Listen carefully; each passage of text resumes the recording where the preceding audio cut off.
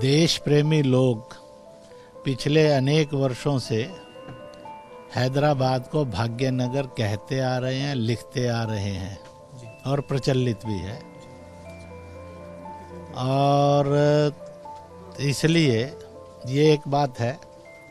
अब इसमें से प्रश्न खड़ा होता है कि आखिरकार अयोध्या को फैजाबाद क्यों किया गया, प्रयागराज को इलाहाबाद क्यों किया गया।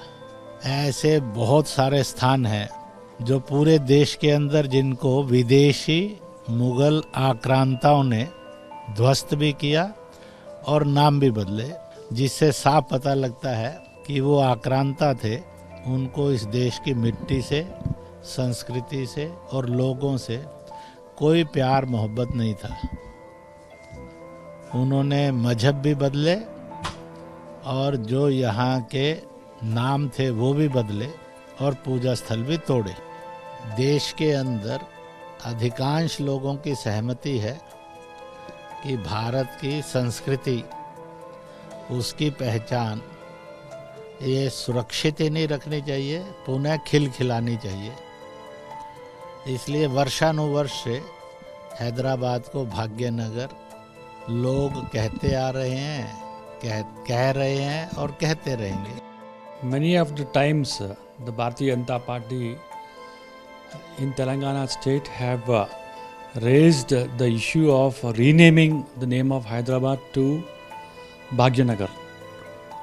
As we remember, in early 1590s also, it was the city was called as Bhagyamati or Bhagmati, which is renamed as Hyderabad. Bhagmati, Bhagyanagar, it is called as the city of gardens. There should not be any issue by renaming the state, the city as Bhagyanagar. Bhagyanagar doesn't mean it's anything to do with the communal, or it is nothing to do with anything. It is only the symbol of the culture as well as the development, Bhagyanagar. The most important thing for TRS party or the government of Telangana, where we are in power, is about changing lives of the people.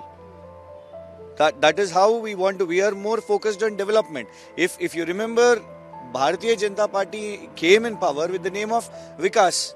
But that Vikas has changed, that Vikas has disappeared, and now they just want to rename, or the bottom line is for them the politics of communalism, or the politics of changing names, or the politics of Hindu, Muslim, India, Pakistan, Babar, Akbar.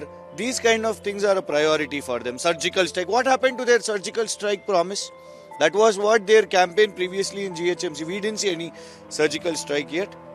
So basically they are trying to bring differences in the peace and law and order of Telangana.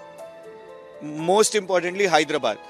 Let me remind you that since TRS party has taken the realm of affairs of Telangana, till now there have not been any single communal riots in Hyderabad or Telangana.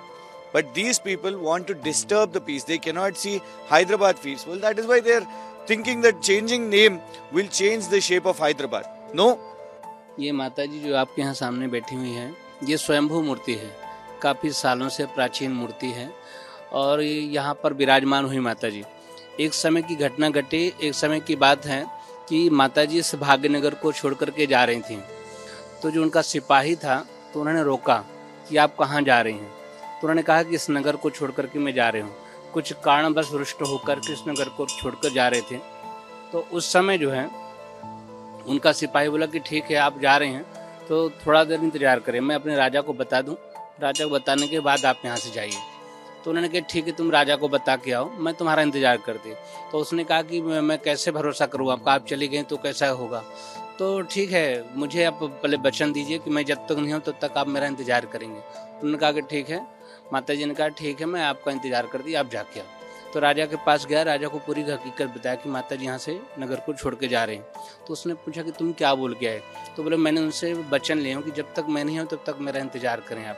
तो वो काफ़ी समय से माता जी उनको कुछ राजा को कुछ सूझा नहीं कि अब क्या किया जाए, तो उसने उसी समय राजा ने उसको मार दिया सिपाही को कि वो जाएगा नहीं तो माता जी यहाँ जाएंगे नहीं। तब से माता जी यहाँ पे बैठी हुई हैं और इनके नाम से ही भाग्यनगर जाना जाता है।